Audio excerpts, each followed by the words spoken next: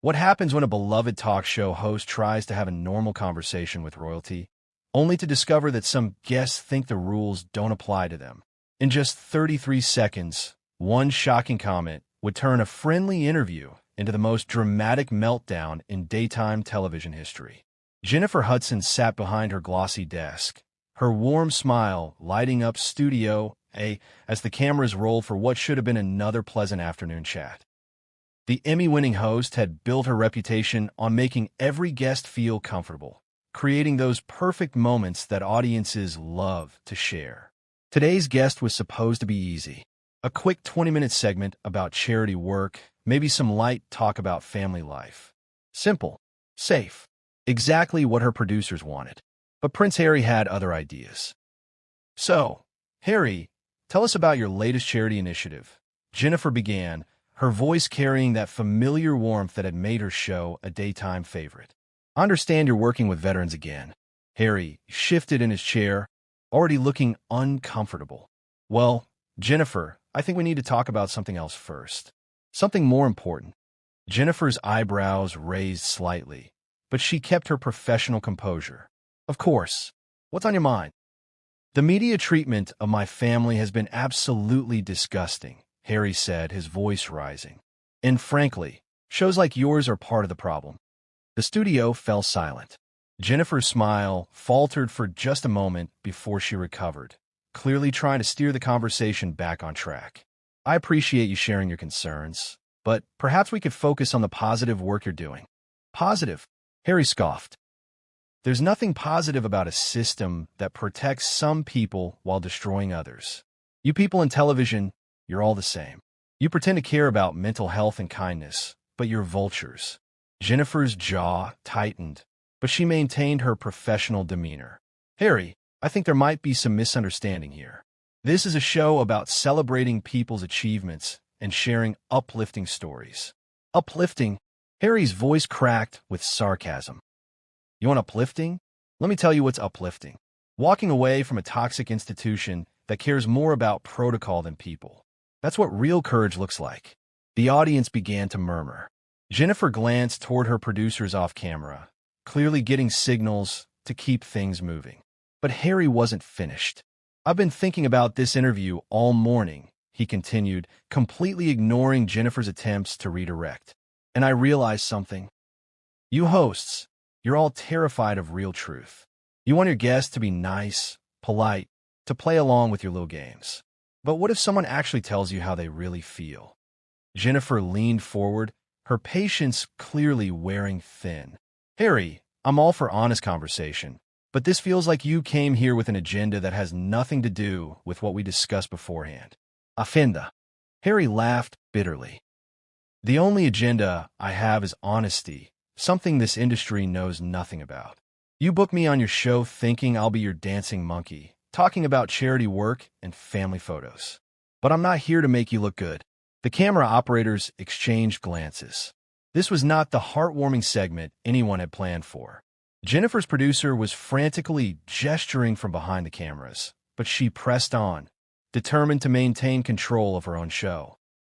I respect your passion, Jennifer said carefully, but I think you might have some misconceptions about what we do here. We're not trying to make anyone dance or perform. We genuinely want to highlight the good work people are doing. Good work? Harry's voice rose another notch. You want to talk about good work? Good work is calling out hypocrisy when you see it. Good work is refusing to play nice when the system is broken. Good work is telling talk show hosts that their fake smiles and softball questions aren't fooling anyone. Jennifer's famous composure was beginning to crack. Harry, I'm not sure what you expected from this interview, but attacking me and my team isn't constructive for anyone. Constructive? Harry stood up from his chair, pacing slightly. You know what's not constructive? Pretending everything is fine when it's not. You sit here in your comfortable studio, asking your safe questions, never challenging anything real. That's not journalism. That's entertainment. The audience was getting restless now. Some people were whispering to each other, others pulling out phones despite the no recording policy.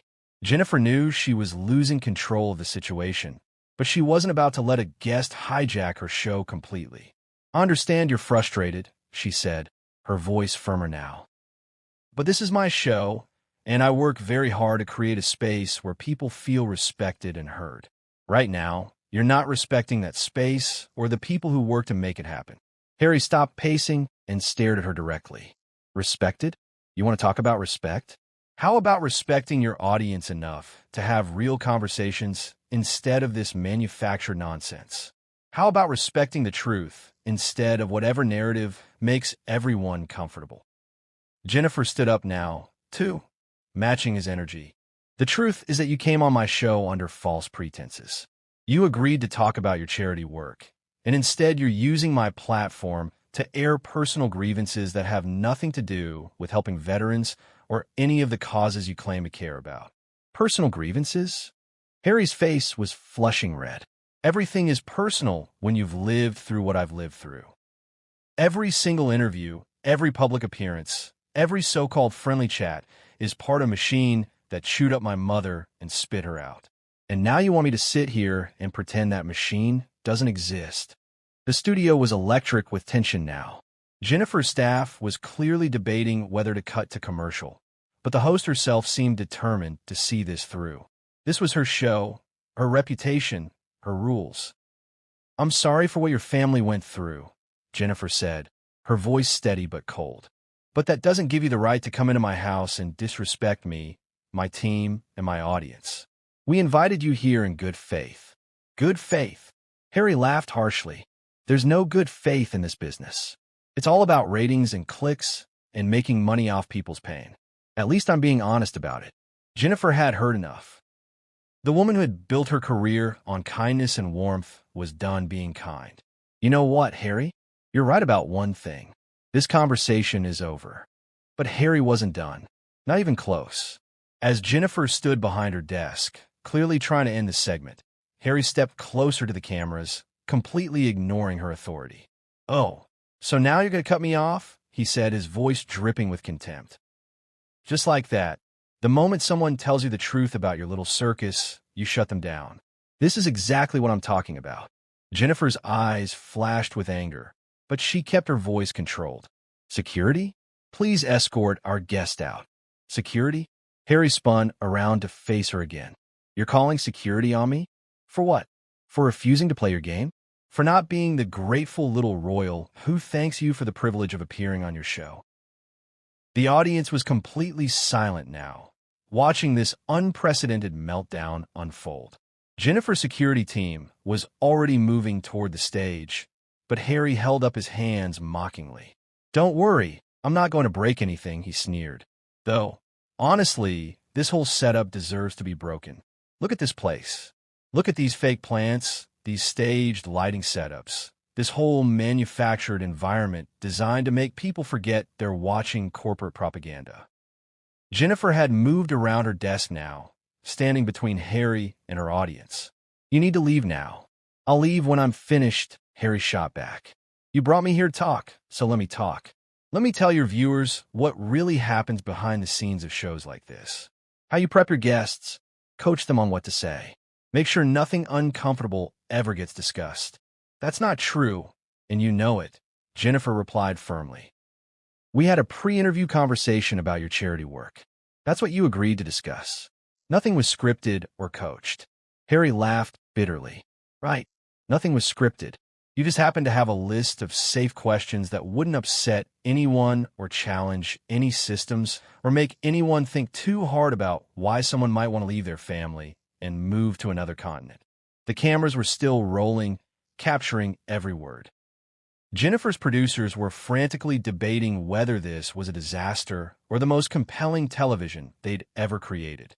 But Jennifer herself was focused on one thing: getting control of her show back.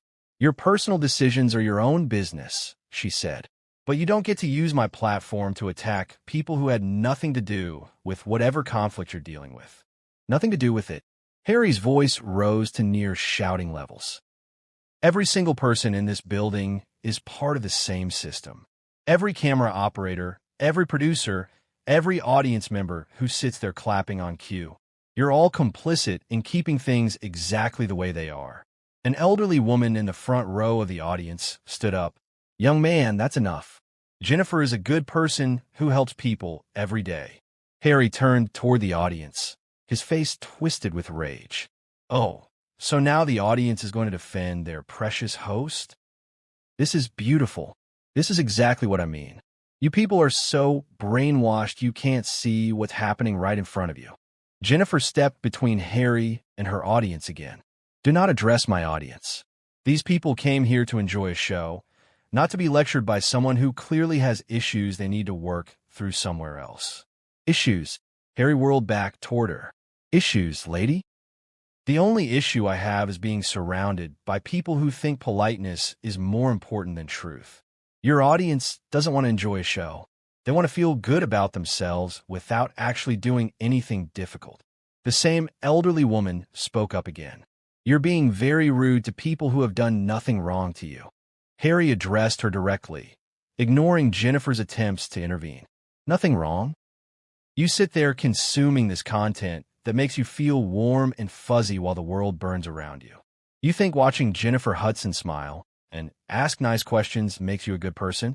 You think clapping for charity work you'll never actually support makes a difference? Jennifer had heard enough. She walked directly up to Harry, her voice low and dangerous. Get away from my audience.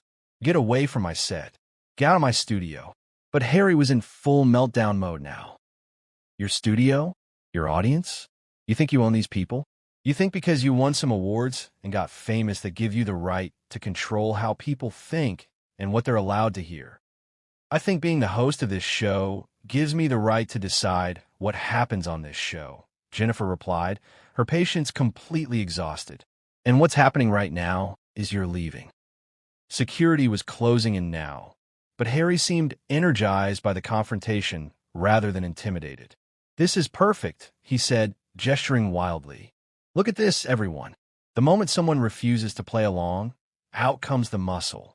The moment someone asks uncomfortable questions, it's time to escort them away. This is your beloved daytime television in action.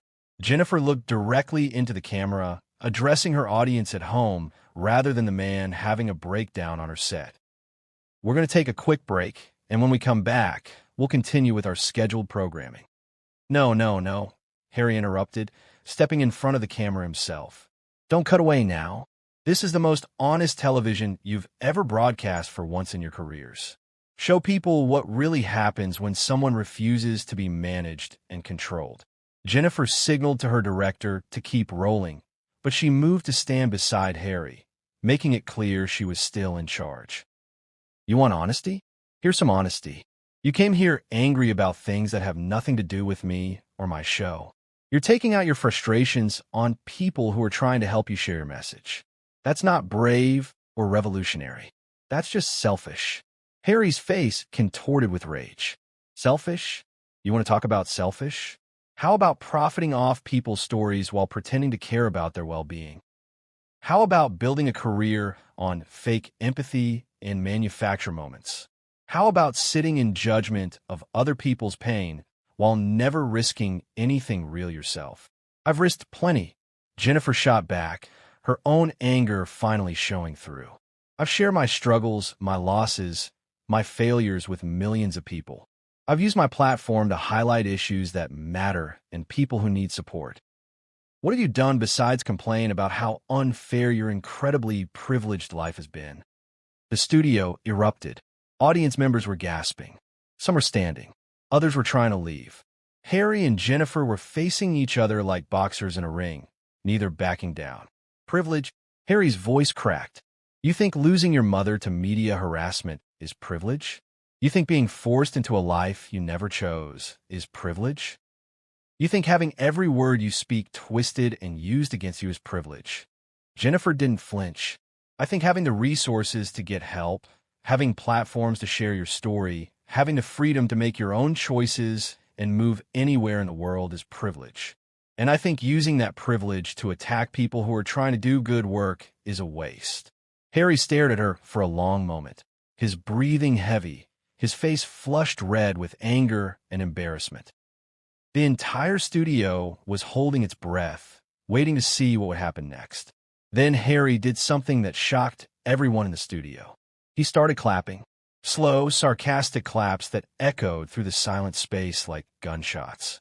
"Bravo," he said, his voice dripping with venom. "Absolutely brilliant performance, Jennifer. You managed to turn this whole thing around and make yourself the victim. That's real talent right there." Jennifer's eyes narrowed. "I'm not playing victim to anyone. I'm trying to run a professional show, and you're having a public breakdown on my set." "Public breakdown?" Harry's clapping stopped abruptly.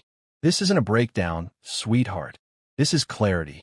This is what happens when someone finally tells the truth about your industry instead of kissing your feet and thanking you for the opportunity." The condescending tone in his voice when he said sweetheart sent a visible shockwave through the audience. Several people audibly gasped. Jennifer's face went stone cold. "Did you just call me sweetheart?" she asked, her voice barely above a whisper, but somehow more threatening than if she had shouted. Harry seemed to realize he had crossed a line, but instead of backing down, he doubled down. "What? You can't handle being talked to like a normal person instead of some untouchable celebrity?" "Get him out," Jennifer said to security, her voice like ice. "Get him out right now." But Harry wasn't finished destroying himself. As security approached, he held up his hands again, but this time, his whole demeanor shifted into something even more ugly. "Oh, now I've really done it, haven't I?" he said with a twisted smile. "Now I've committed the ultimate sin.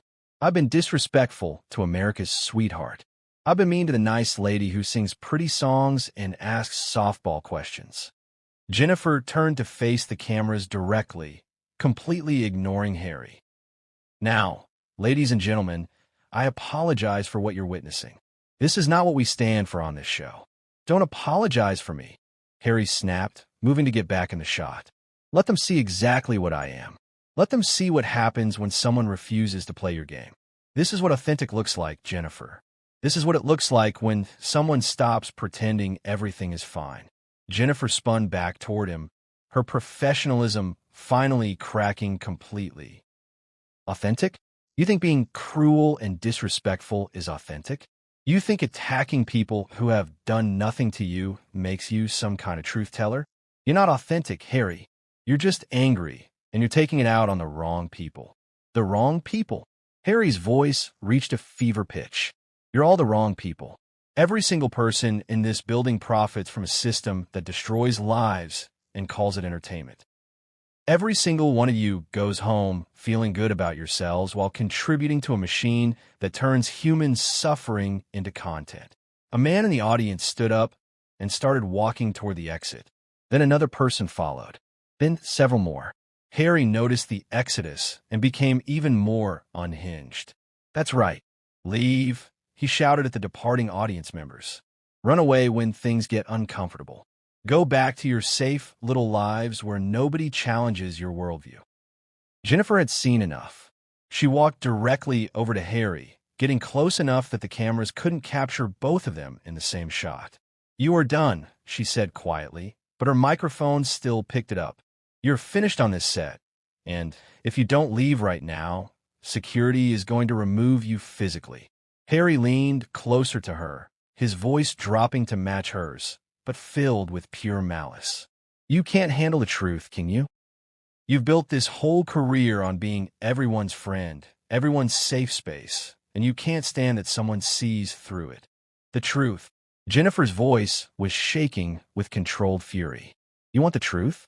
The truth is that you're a spoiled, entitled man who thinks the world owes him something because he had a difficult childhood. The truth is that millions of people have trauma and loss and pain, and they don't use it as an excuse to be cruel to strangers.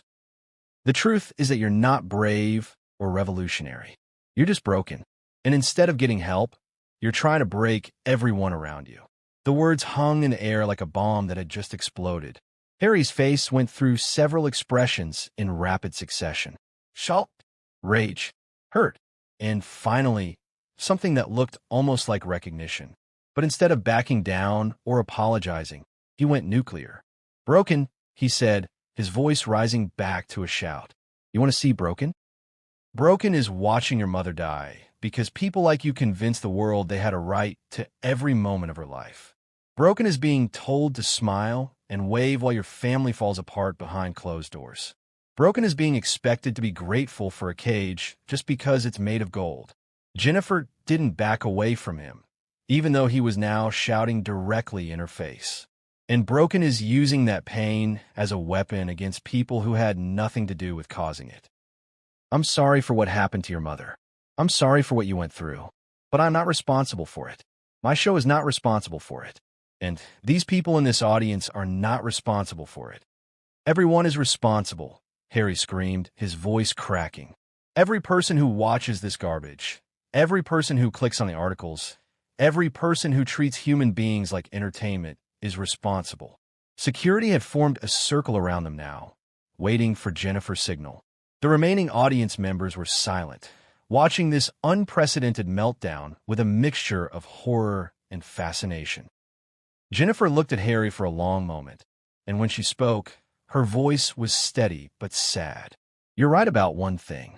People do treat human beings like entertainment. And right now, you're doing exactly that with your own pain. You're performing your trauma for these cameras, using your mother's death as a weapon to hurt people who were trying to be kind to you. That's not healing, Harry. That's just another kind of exploitation. The words seemed to hit Harry like a physical blow. For the first time since the interview began, he was speechless. He stood there breathing heavily, his face cycling through emotions too quickly to track. Finally, he found his voice again, but it came out as barely more than a whisper. You don't know what you're talking about. Jennifer nodded to security, her decision made. I know enough. Gentlemen, please escort our guest out. As security moved in, Harry seemed to come back to himself. But instead of fighting or arguing, he just looked around the studio with something that might have been shame in his eyes. This isn't over, he said, but there was no fight left in his voice. Jennifer watched as security escorted him toward the exit, then turned back to her cameras, her professional mask sliding back into place like armor.